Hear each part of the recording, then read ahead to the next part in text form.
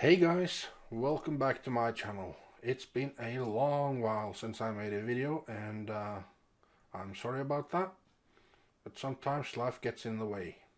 Well, I'm gonna go try and make some more videos now, and I'm gonna start today by making a coloring tutorial for MediBangPaintPro, which is actually a very good free program.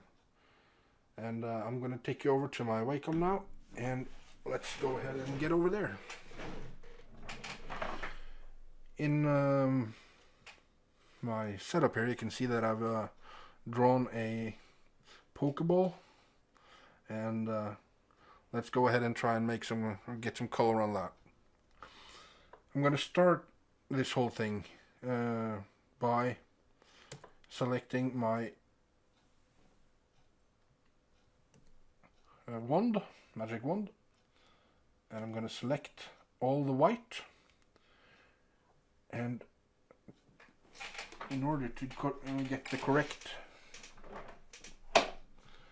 selection, I'm going to go on select inverse, and because there is an artifact in my that I can't explain, I'm going to use lasso and get rid of that selection. Now all that is selected is my Pokeball. In the layers on the right, you can see I have a folder called Pokeball Finish. I just did a test to see everything worked alright. But anyways, what you want to do now that you have the Pokeball selected is on your keyboard press Ctrl X to cut and Ctrl V to paste back in its own place. What you have done now is essentially just taken the line work and cut from one layer and posted to a new layer.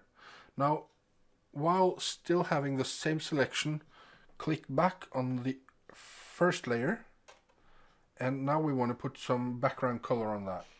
I have a color in my palette that I usually use as a background color, and press Insert, which is the keyboard shortcut. Press Insert, and the color is behind the line work, which is exactly what you want.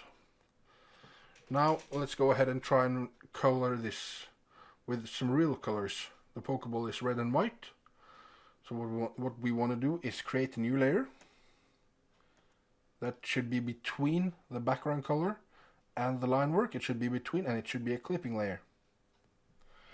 Now again, using my wand, I select the top half, and we want to expand, so select, expand, or Ctrl Shift E on the keyboard by 2 pixels.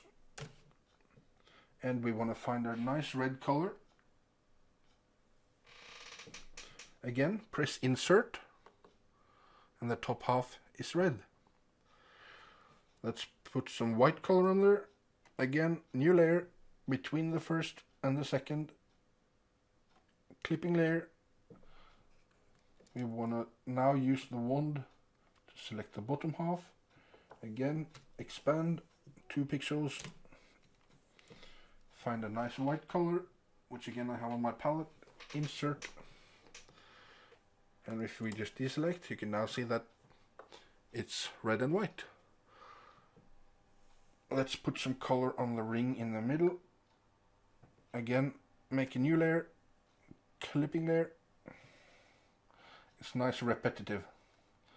Select the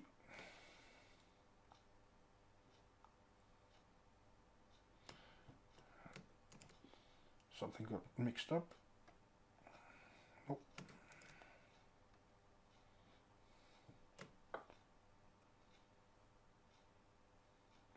There we go. Let's find a nice dark gray. That's a little bit dark. Like so. Insert, and Control Shift, expand. I'm going to use 1 pixel now.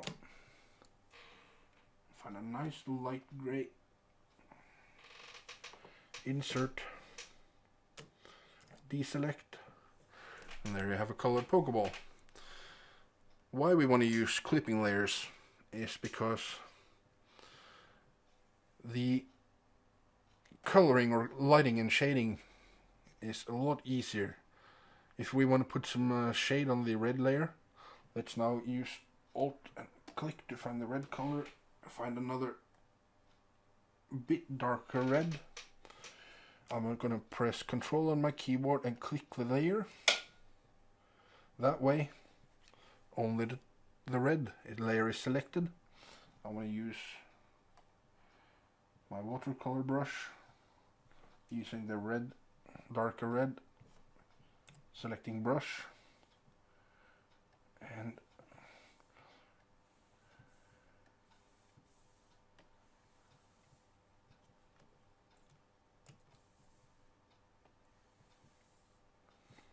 there. As you can see, I'm only coloring in the red, even though I use a nice wide stroke, only the red is affected. Right, so this is a very quick and easy tutorial. I've also made up, or the setup I'm using is completely new. I have a lot of screens set up. I have my Wacom, sorry, it's pronounced Wacom, and I'm using an Elgato Stream Deck controller, which is a lifesaver. This thing is, I can mute the microphone, turn it back on. Everything is just, instead of using keyboard shortcuts, everything is handled through the Elgato, and that thing, I will try and make a review of it. My God, that thing is a lifesaver. So, something for the future. Right, thanks for sticking by. I'm sorry it's been a while, but what can you do? Thank you again, and I'll see you soon.